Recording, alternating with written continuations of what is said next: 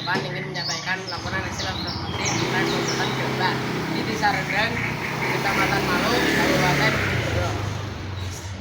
Tujuan kami datang ke sini adalah untuk mengetahui bagaimana proses pembuatan gerabah, alat, dan bahan yang digunakan, serta manfaatnya bagi masyarakat. Observasi ini kami lakukan pada hari Rabu, tanggal 15 Oktober 2025 di rumah pengrajin gerabah milik Pak Suyatno.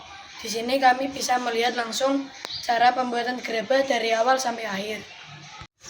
Tempatnya sederhana, tapi sangat menarik karena banyak hasil gerabah yang unik dan bermacam-macam bentuknya.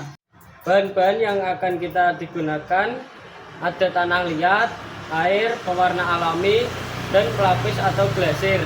Alat-alat yang digunakan juga cukup banyak, seperti meja putar, alat pemotong, tungku pembakaran, kuas, dan cetakan.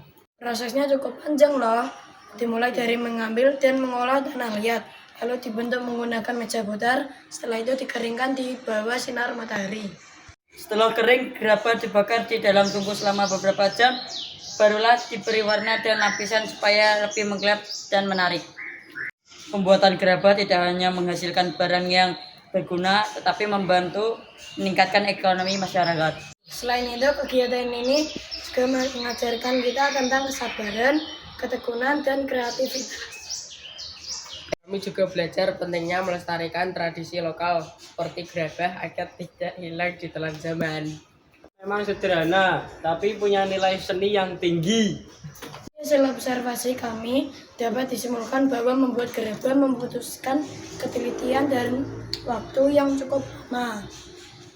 Namun hasilnya sangat memuaskan dan memiliki nilai ekonomi serta budaya yang besar. Sekian kami dari kelompok 8. Wassalamualaikum warahmatullahi wabarakatuh.